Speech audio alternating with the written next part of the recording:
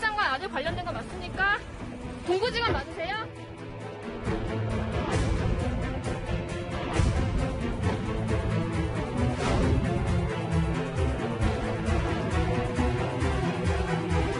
이 경과 연장을 위해서 국방부 민원실 또는 국방부에 연락한 사람이 장관님입니까? 남편분이십니까? 저는 연락한 사실이 없고요. 그럼 제 남편에게 제가 물어볼 형편이 못 되고요.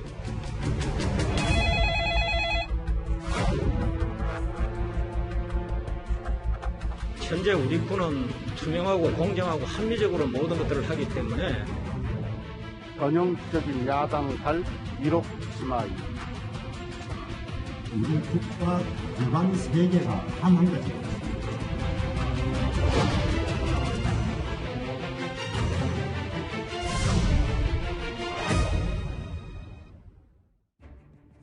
예, 오늘 뉴스탑10은 바로 여기부터입니다.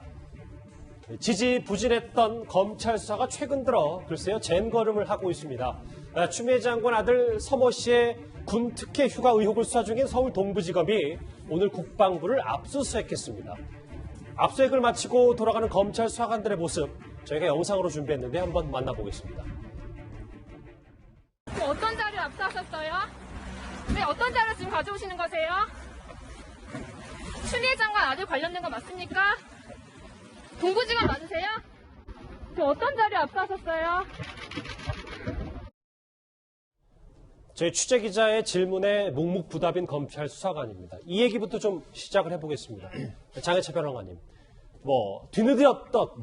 늦었다면 늦었다고 볼 수 있는 오늘 압수수색인데 국방부 압수수색, 검찰이 정확히 어디를 한 겁니까? 네, 지금 추미애 장관 아들 관련 의혹을 수사하고 있는 동부지검 형사 1부에서 오늘 국방부에서도 국방부 민원실 그리고 국방전산정보원 두 곳에 대해서 압수수색을 실시하는 것으로 보도가 되고 있습니다. 이 민원실과 전산정보원을 왜 압수수색한 것이냐?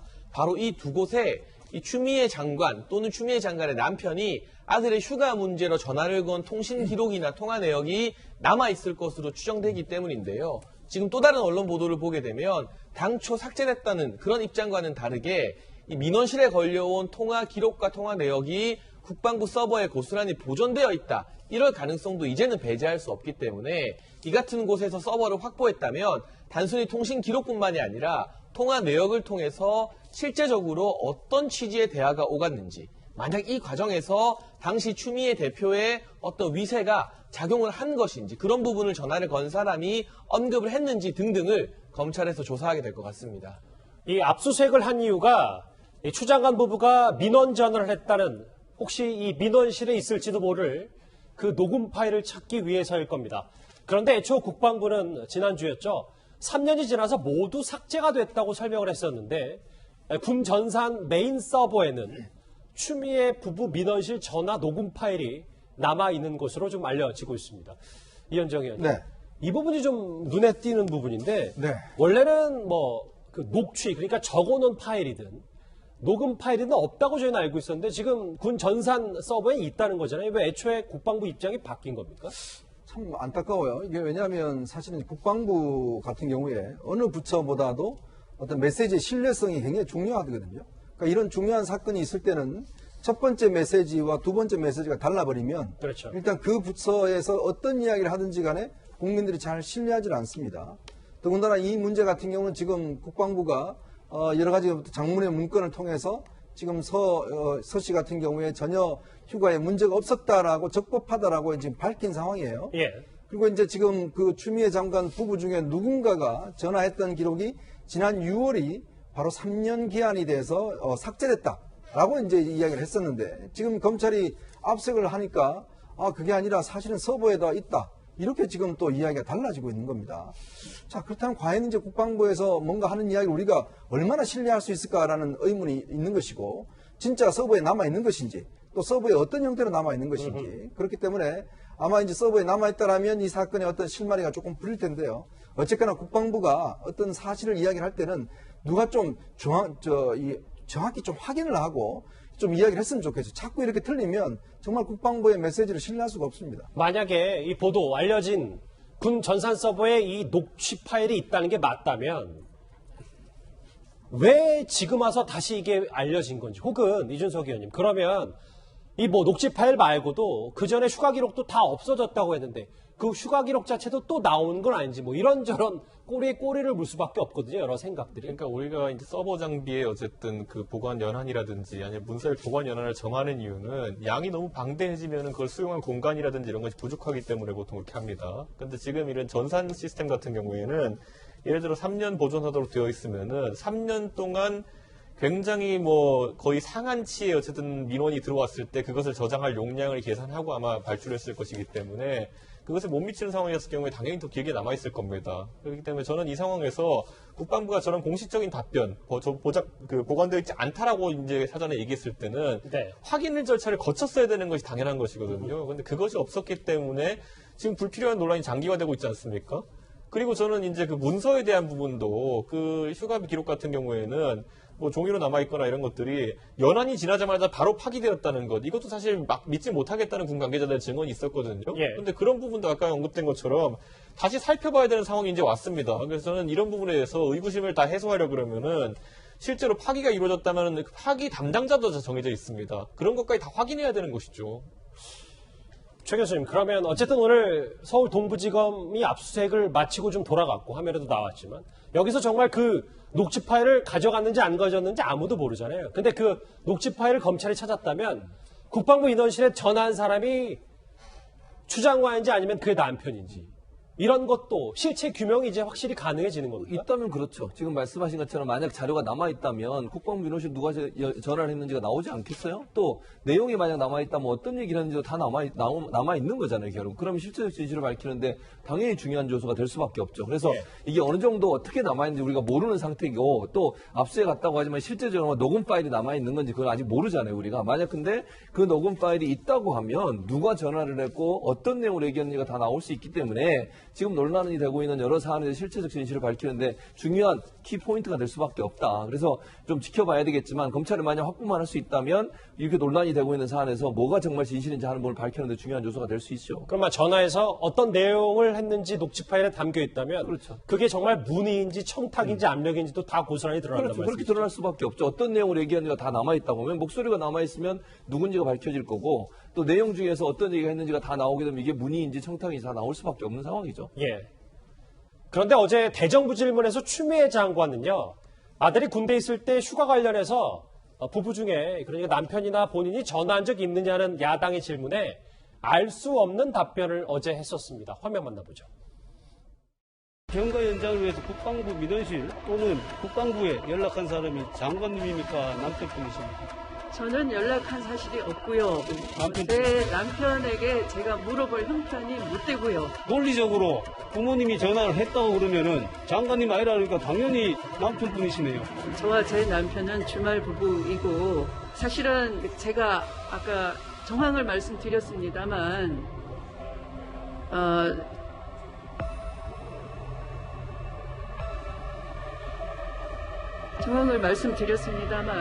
아이가 수술한 날도 저는 병원에 가지를 못했고요. 글쎄요. 이현정 의원님, 네. 저하고 화면을 같이 보겠습니다. 각 집집마다 사정이 있으니까 뭐 모든 잣대를 공이 들이밀 수는 없는데 그럼에도 어제 주말 부부라고 했고 분명히 국방부 인원실에 전화를 도대체 누가 했는지에 뾰족하게 답을 안 했거든요. 근데 작년 12월에 추 장관 청문회 때는 남편이 서울에 거주하고 있다는 서면 답변서를 야당에 냈었습니다.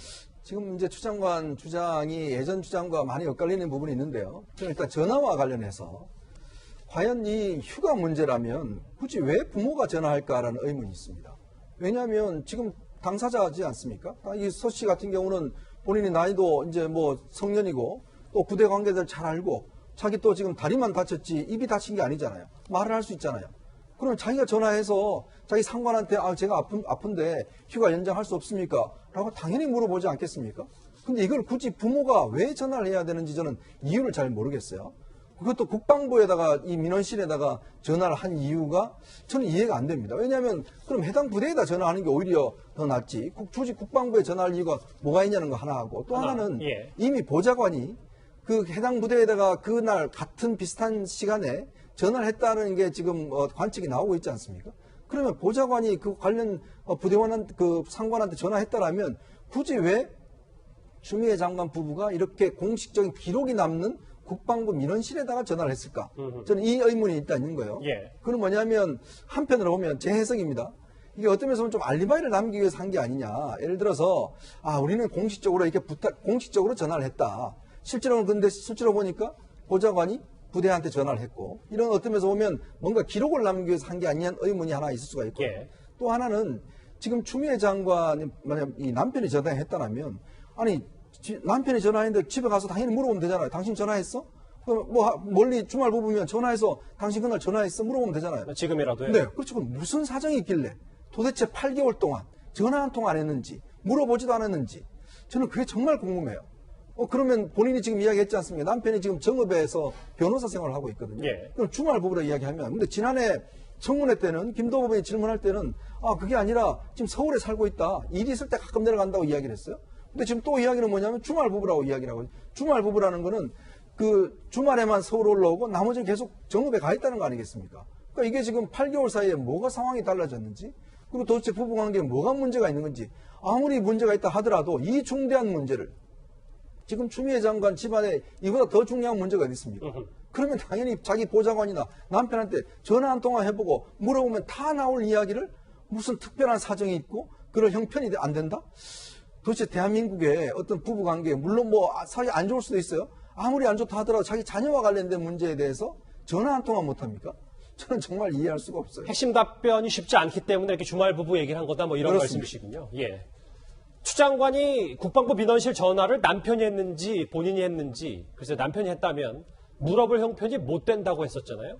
그런데 오늘 민주당 김종민 최고위원은 한 라디오 방송에서 이런 말을 했습니다.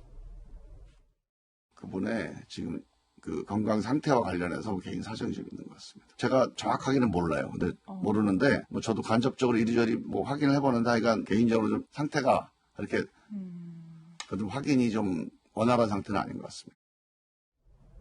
그러니까 정말 국방부 민원실에 누가 전화를 했는지에 확인할 수 있는 상태가 원활하지 않다는 게 지금 여당의 최고위원 말이거든요. 저는 이 가족에 관련된 사안에 대해 민주당 인사들에게 뭘 물어볼 때 가족과 연통이 쉽지 않다 또는 행방불명되었다고 주장한 경우가 이번이 처음이 아닙니다.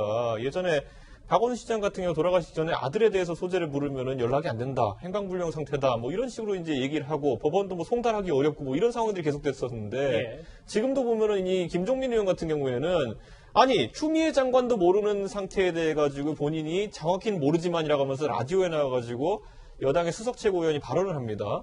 이건 나중에 뭐 법적으로 책임을 질 만한 내용도 아니고 아무것도 아니기 때문에 그냥 여론을 호도하기 위한 것밖에 보이지 않습니다.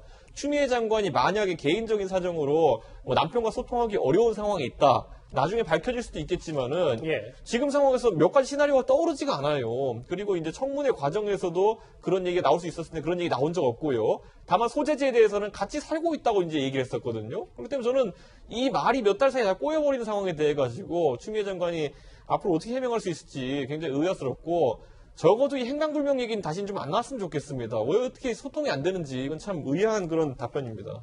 뭐 행방불명까지는 얘기는 안 했고 일단 뭐 그 상태가 원활한 상태가 아니다. 뭐 아니 뭐 예. 발언 불가 상태라든지 뭐라고 해야 될지 모르겠습니다만 뭐 개인적인 사정이 있다는 게 지금 여당 최고위원의 얘기니까요.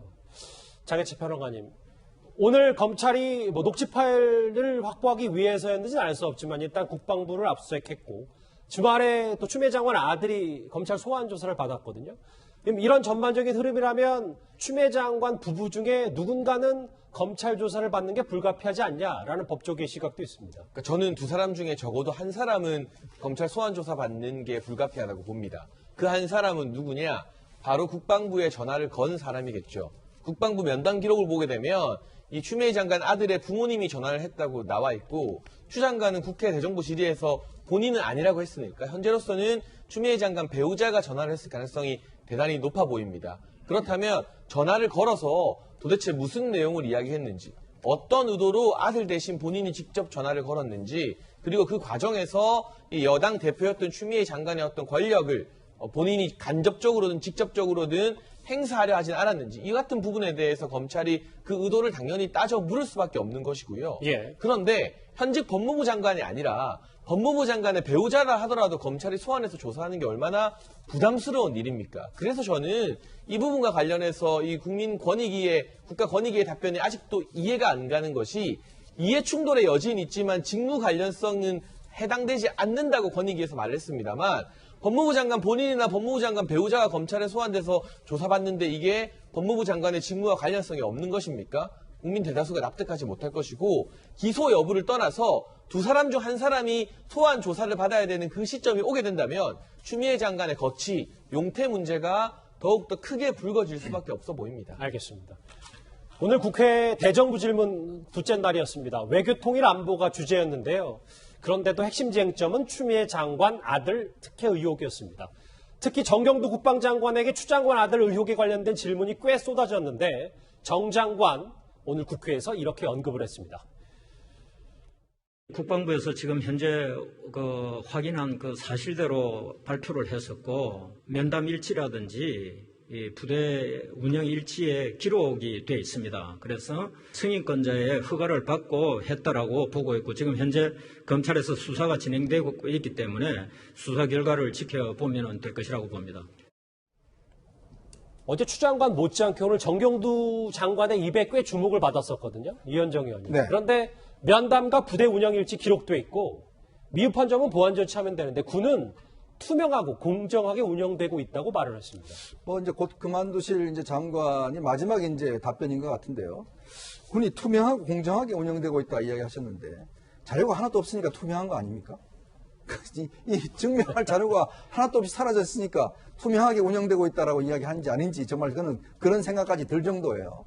아니 대한민국 군인의 어떤 휴가와 어떤 인적 관리 문제에 대한 자료가 아니 2017년에 통째로 없어졌다는 거 아니겠습니까? 아니 도대체 그게 있을 수 있는 일입니까?